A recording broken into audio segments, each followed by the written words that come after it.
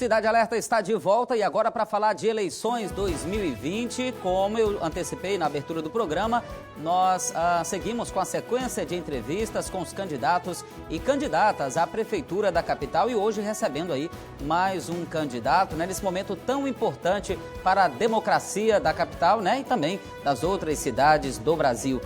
Lembrando que nós seguimos, como nas entrevistas anteriores, os 15 minutos de conversa. Na verdade, trata-se de um bate-papo sobre diversos assuntos, com os candidatos, falando também sobre o modelo de gestão a qual pretendem implantar, falando também sobre esse modelo de gestão e também o plano de governo de cada um, algumas questões também da vida pessoal, para que você de casa possa, então, conhecer cada candidato, e a diferença entre cada um, inclusive, votar mais consciente, sabendo quem é quem.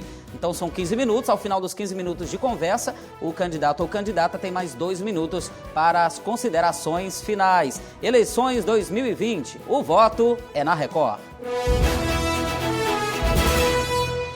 Hoje aqui no estúdio, recebendo então o candidato João Helder Vilela, o Vilela do PT, que tem 62 anos, é empresário, já foi candidato a vereador, já foi também candidato a deputado federal e agora pleiteia o cargo de prefeito da capital.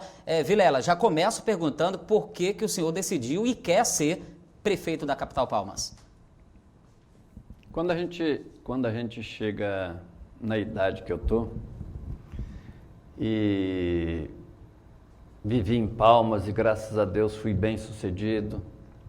Eu acho que eu tenho uma dívida com Palmas, eu tenho uma dívida com a população de Palmas e eu acho que eu posso contribuir com o desenvolvimento dessa cidade e desse povo. Como é que foi construído esse projeto, seu como candidato a prefeito, até a escolha e de fato decidir? Já tiveram outras oportunidades, mas outras pessoas pleitearam dentro do próprio partido, que é o Partido dos Trabalhadores. Como é que nasceu essa construção até chegar, de fato, à conclusão da candidatura, o deferimento?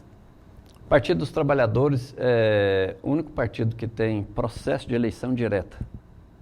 No processo de eleição direta no Partido dos Trabalhadores, todos os filiados votam em todas as medidas que são tomadas, desde a possibilidade da candidatura ou não, até o fechamento da chapa de vereadores. Nós tivemos eleição no chamado PED, processo de eleição direta, quando o candidato não consegue mais de 50% dos votos, tem segundo turno. Então nós tivemos, inclusive, segundo turno na eleição. Foi aí que eu me tornei presidente do partido. Bom, eu percebi que o PT não formou coligação com nenhum outro partido para essa disputa majoritária. O que aconteceu? Vocês que decidiram também, mediante essas aprovações, essas reuniões, essas votações, já era um posicionamento do partido ou é porque não deu mesmo, não houve conjuntura para isso?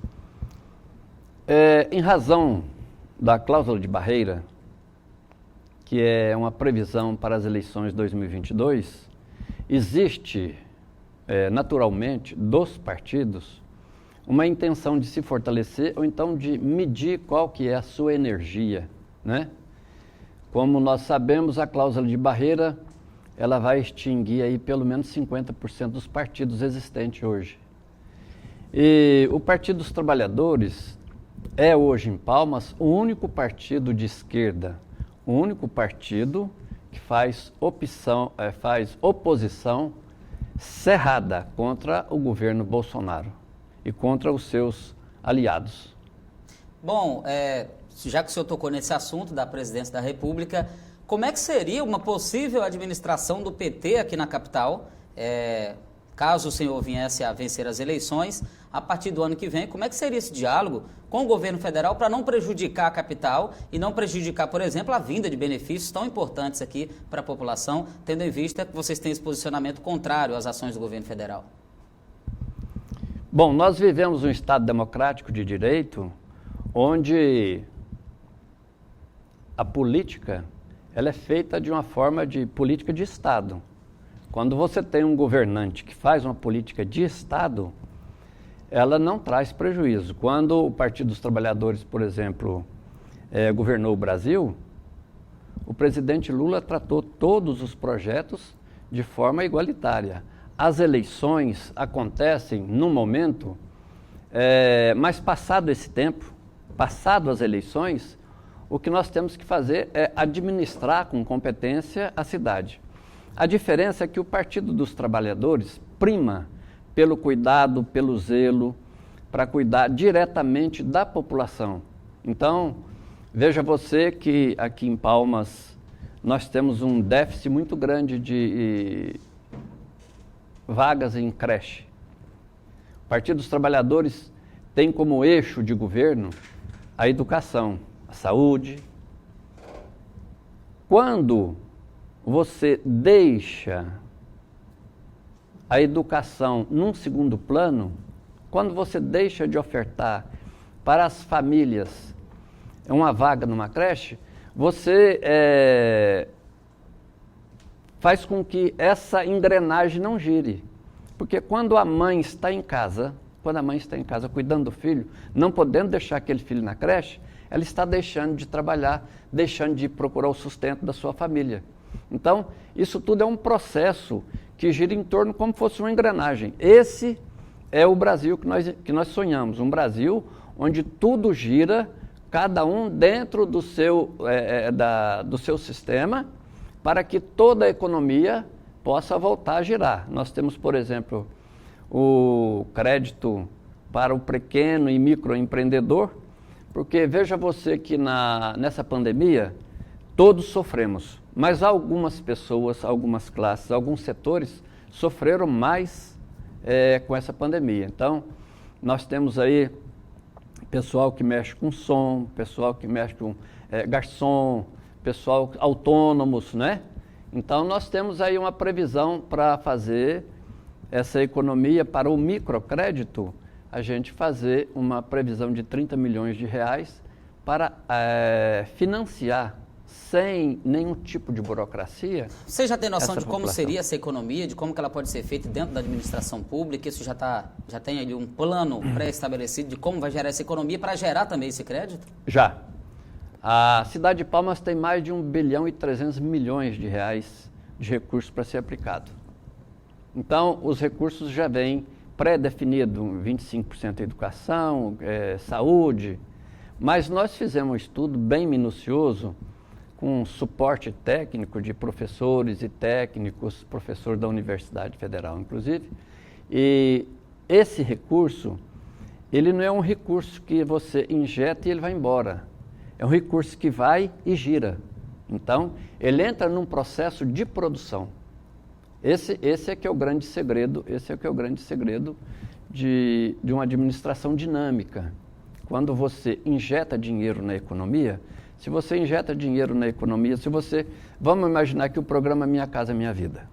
Quando o governo federal estabeleceu o programa Minha Casa Minha Vida, ele gerou emprego para o trabalhador, para o pedreiro, para o servente, para o pintor e assim por diante. Essas pessoas se capitalizaram, receberam dinheiro. O que eles fizeram com o dinheiro? Foram no mercado, compraram alimento, foram na loja, comprou eletrodoméstico, carro, moto e assim por diante. Então, tudo está ligado ao desenvolvimento, à criação de novos empregos. Isso é muito importante a gente deixar bem claro, que é importante. Todo governo, se quiser ter sucesso, tem que primar, tem que ter como eixo a criação de emprego. Bom, além desse eixo da criação de empregos, o senhor mesmo acabou de dizer que um dos eixos principais seria a educação. Se o senhor tivesse que falar assim, do eixo principal e de qual seria a principal proposta para a educação aqui da capital, qual que seria? Qual que o senhor destacaria para a gente, dentre as que vocês provavelmente devem ter no plano de governo? Palmas já foi referência nacional na educação do programa de escola de tempo integral. Palmas também já representou no passado, durante o governo do Partido dos Trabalhadores, um grande sonho da população, onde as pessoas podiam deixar os seus filhos nas creches. Nós construímos muitas creches, postos de saúde, CEMEI. Então, essa qualidade de vida que nós buscamos está por acontecer. Está por acontecer, que eu digo, porque existe um déficit muito grande de mães de famílias que não têm condições de ir para o trabalho porque tem que ficar com seus filhos. E existem 4 creches que já estão começadas a construir, que estão paralisadas. Existe até escola de tempo integral paralisada. Então, a atual administração, a gente percebe que não priorizou essa área, não priorizou a educação. É muito importante deixar claro que o que difere uma administração de outra são as prioridades, porque é verdade que com os recursos que existem, sempre tem alguma coisa que tem que ficar para depois. É o mesmo que administrar a própria casa da gente. Às vezes a gente tem necessidade de aumentar um quarto, fazer uma garagem, mas o recurso não é suficiente. Então você vai priorizar. Você vai priorizar o quê? Você vai priorizar o alimento, você vai priorizar a água, a luz. A administração pública é a mesma coisa, é questão de prioridade. E a administração do Partido dos Trabalhadores sempre ouviu a população. Sempre ouviu a população. O Partido dos Trabalhadores é sucesso em Palmas, quando fez a administração em Palmas, por conta de ter ouvido a população através do orçamento participativo. Um prefeito, uma administração não pode adivinhar, não pode saber o que o povo precisa e o que o povo quer, trancado dentro de 4 paredes. É preciso ir nos bairros, é preciso ouvir a população. Nós temos, só para você ter uma ideia, para você ter base, nós temos bairros aqui que não tem água permanente. Tem água só 1, 2 horas durante o dia. Então, é inaceitável uma capital nova como Palmas com problemas que são inaceitáveis. Como que o senhor, caso fosse eleito, resolveria esse problema da água, por exemplo? A primeira coisa que nós íamos fazer é fazer revisão nesse contrato com a concessionária de serviço público. A concessionária de serviço público é obrigada, por força do contrato, e se o contrato não conste isso, a gente tem que revisar o contrato, ela é obrigada a fornecer água tratada para a população. Ela não pode ser concessionária exclusiva de um serviço público e deixar de servir aquela população. Você não pode ter uma empresa, como nós temos aqui, que é a concessionária, jogando, por exemplo, esgoto no lago. Isso é uma loucura, a administração aceitar uma coisa dessa. Então, nós temos que fazer com que essa empresa, através dos seus investimentos, faça investimento em estação de tratamento de esgoto, porque um dos grandes problemas de saúde, inclusive, é a falta de tratamento de água, a falta de tratamento de esgoto. E nós temos um lago aqui que deve ser preservado a todo custo. Candidato, eu percebi que nos programas eleitorais vocês também têm atrelado muito a imagem da campanha municipal à imagem do ex-presidente Lula, né? Por que isso? Gera essa proximidade? Porque realmente o partido acredita que isso fará com que a campanha tenha mais êxito, ter essa junção da imagem do Lula com a sua campanha aqui na capital. Isso é atrelado ao passado dele. Fala um pouquinho para a gente sobre isso, tendo em vista que vocês poderiam aproveitar mais espaço no programa para falar mais das questões municipais. Os nossos espaços no programa, nós estamos falando sobre as questões municipais, estamos apresentando vários projetos na educação, saúde, transporte, cultura. Todos os nossos projetos estão sendo apresentados. O que nós queremos fazer é uma retrospectiva para que a população saiba como foi o passado do Brasil antes do governo do PT. Antes do governo do PT, durante 500 anos, a população não tinha luz no campo. Através do programa Luz para Todos, em Palmas foram mais de 3.000 instalações. Essas pessoas, não fosse esse programa, não teria energia em suas casas, não é isso?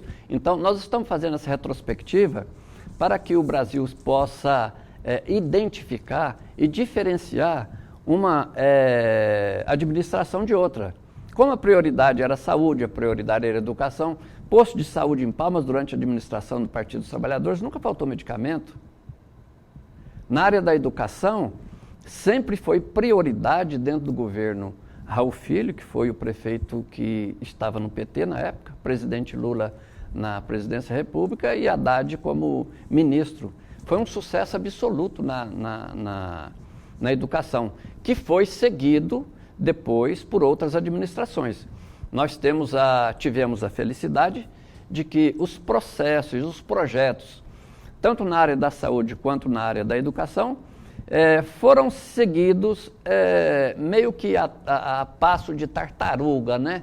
Na área da educação e saúde, mas eles estão aí. Nós temos projetos, nós temos processos hoje como eu, que nós acabamos de caminhar hoje, de projetos de habitação conjunto habitacional, bem aqui nas Arnos, que foi aprovado ainda no governo Dilma.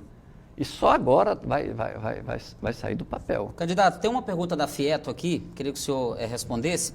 A Fieto pergunta o seguinte, né? A crise que o país enfrenta há mais de 5 anos gerou um novo eleitor. Ele é mais impaciente com a lentidão, a má qualidade, o custo dos serviços públicos e intolerante com a corrupção e os desvios de ética. É evidente que a crise marcou o fim de um ciclo de abundância de recursos públicos e crescimento ilimitado do Estado. Daqui para frente, a administração pública terá que fazer mais com menos e ainda prestar contas e ter disposição para a transparência. O gestor que não as praticar dificilmente gozará da confiança dos seus munícipes e terá vida longa na gestão pública.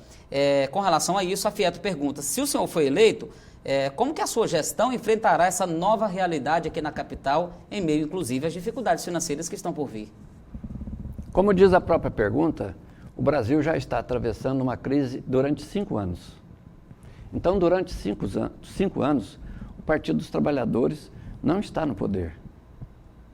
Essa crise é gerada justamente por conta do eixo de administração que nós estamos. Hoje nós temos a direita e a extrema-direita e a esquerda. O que a direita propõe? Ela propõe salários congelados, ela autoriza a inflação, porque isso é praticamente uma autorização de inflação. Quando você tinha o salário com ganho real proposto pelo Partido dos Trabalhadores, o trabalhador tinha dinheiro no bolso. Hoje, com o salário congelado e os alimentos subindo, cada dia que passa o trabalhador perde a capacidade de venda. O que precisa entender, o que o comerciante precisa entender, o que a indústria precisa entender é que o trabalhador ele tem que estar inserido dentro do processo do orçamento. Do orçamento da prefeitura, do orçamento do Estado, do orçamento da União. Finalizando os nossos 15 minutos, o senhor tem 2 minutos para as considerações finais. Fique à vontade, o espaço é seu. Bom, nessas considerações finais, eu queria, sim, agradecer à Record, você com muita gentileza aí, fazendo essa entrevista com a gente, e dizer que é um momento muito importante, é um momento em que a rede de televisão, é um momento em que a verdade chega até o eleitor diretamente.